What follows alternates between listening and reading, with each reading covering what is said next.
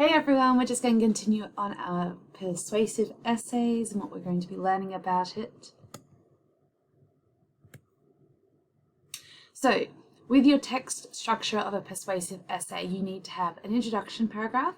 So you can have a few body paragraphs. You don't necessarily have to have 3, you might only have 2, or you might have 4. It depends on how much you have to write about the topic, and that's usually given with how many pages of lines that you'll be given in your assessment or in your essay. Sometimes you want to write lots more than what's being given, and that's okay if you've got lots to say about it and lots of topics to do. And then in the end, you have your conclusion paragraph. So your introduction paragraph usually includes your hook or lead, which we went over last lesson. You've got to introduce the novel or background information, or you've got to introduce your opinion and what you want to say about the particular topic. Then you've got to say your thesis statement, the arguable point you are going to prove in your essay. And so you might say, this is what I believe, and then this is the 3 reasons why I believe this. And so you might use in your essay the statement that says, in my essay, I will discuss this reason, and this reason. So your introduction just basically tells your reader what your opinion is and the evidence or the support you're going to have to make sure this reader agrees with you.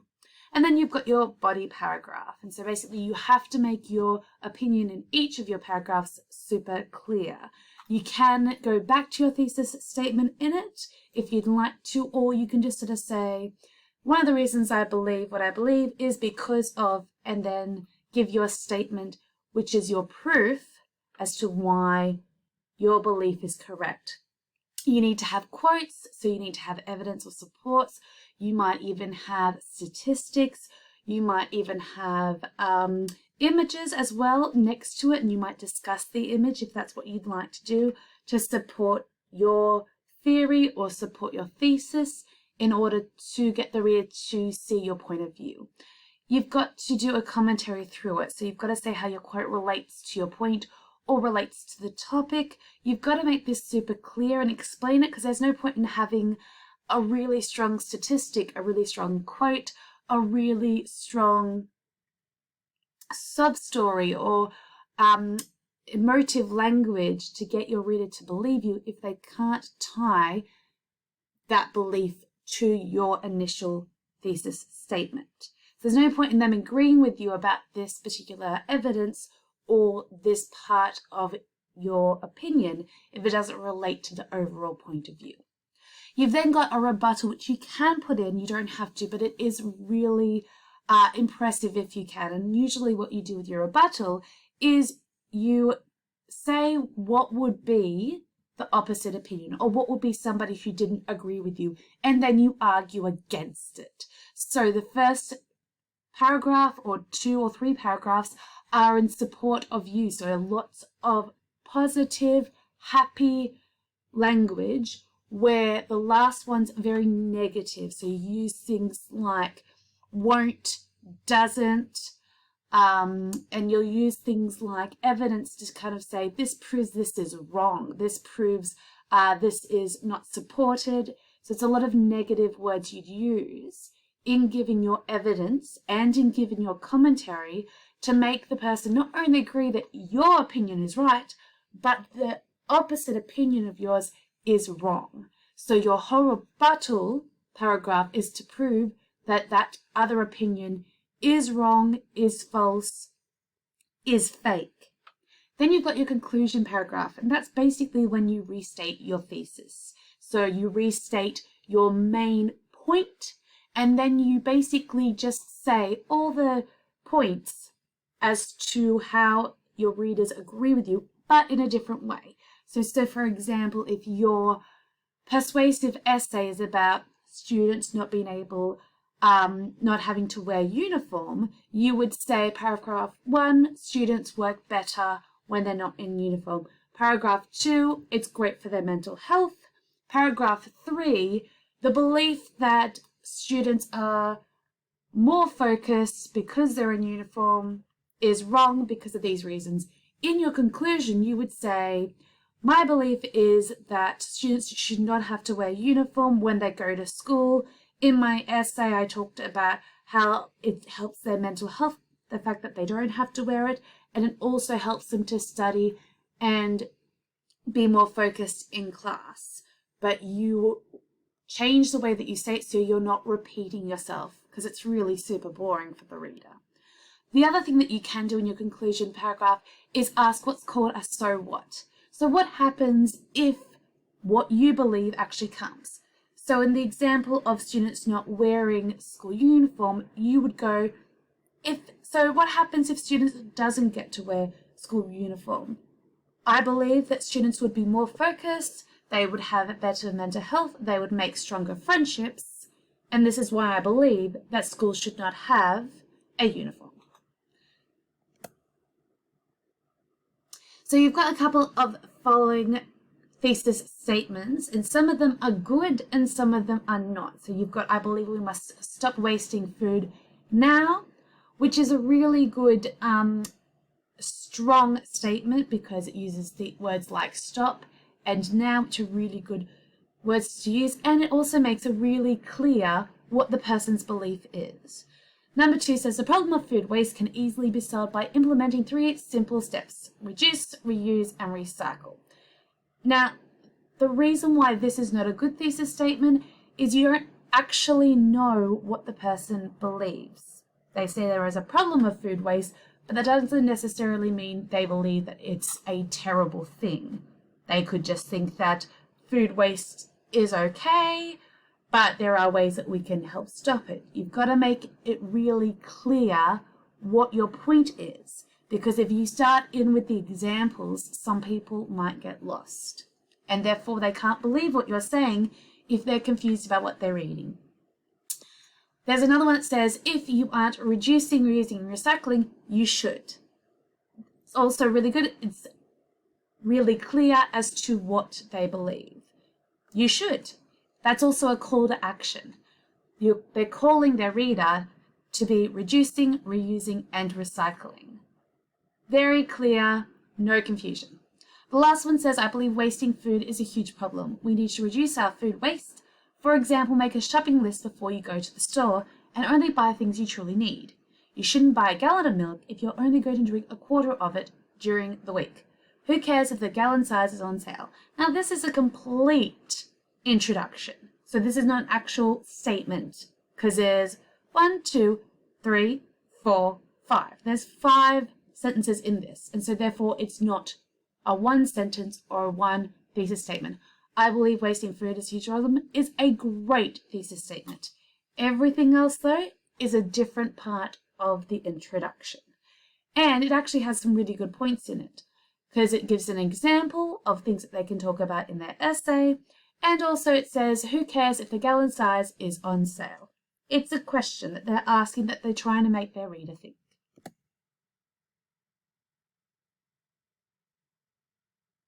So when you're writing your supportive arguments, I mentioned this yesterday, you've got your logical, logos, your ethical, ethos, and your emotional appeal, which is your pathos. So your logos is, does the author's proposal make sense? So it's great to say, for example, the problem that we had before, which is food wastage.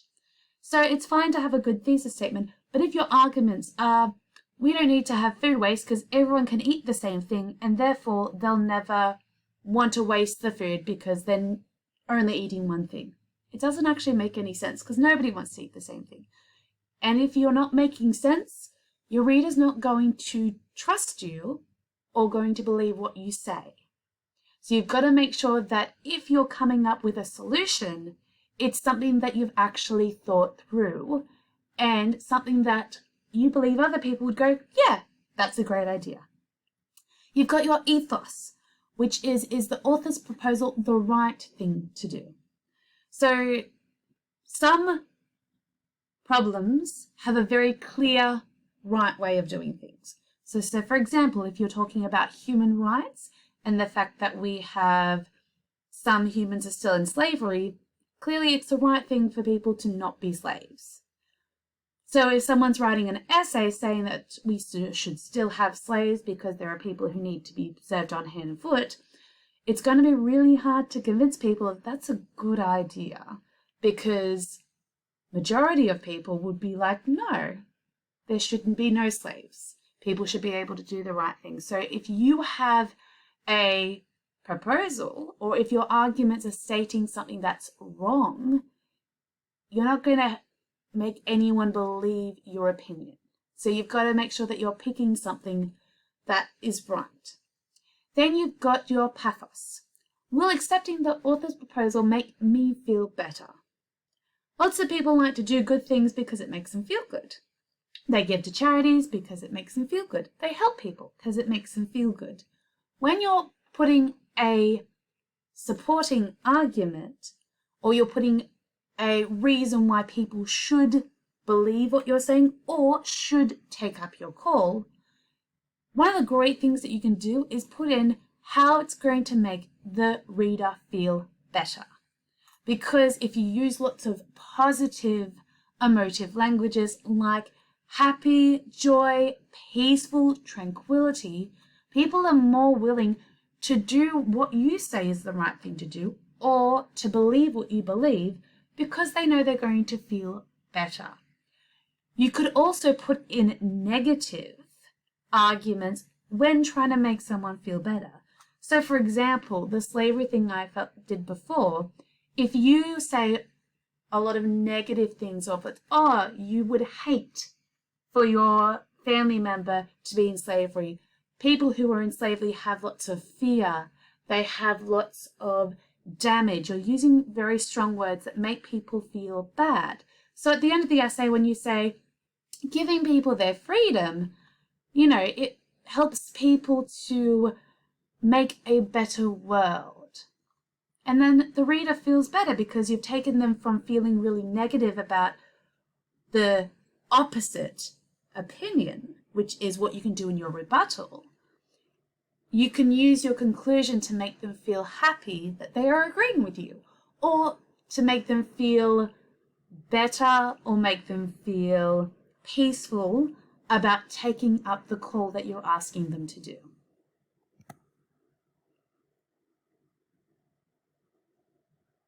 So, types of supporting arguments. This is a logos one.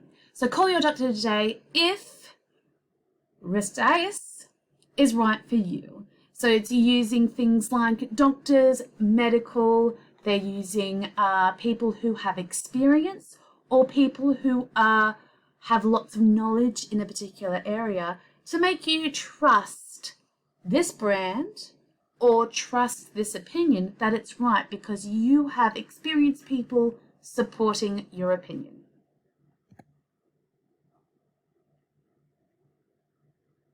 So you've got ethos, which is an appeal to do the right thing. So on the left it says, I want you for US Army. And so it's a call for people to join the army because it's the right thing to do. It's the right thing to help your country fellow men in keeping them safe, in keeping your country safe. And on the other side, we have Captain America, who is the highest point of justice, and it's the highest point of doing the right thing.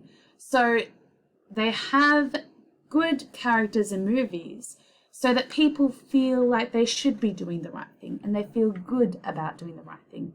And so when you do your ethos, it's about doing the right thing. It's about doing the thing that's the smartest or the wisest or the kindest thing.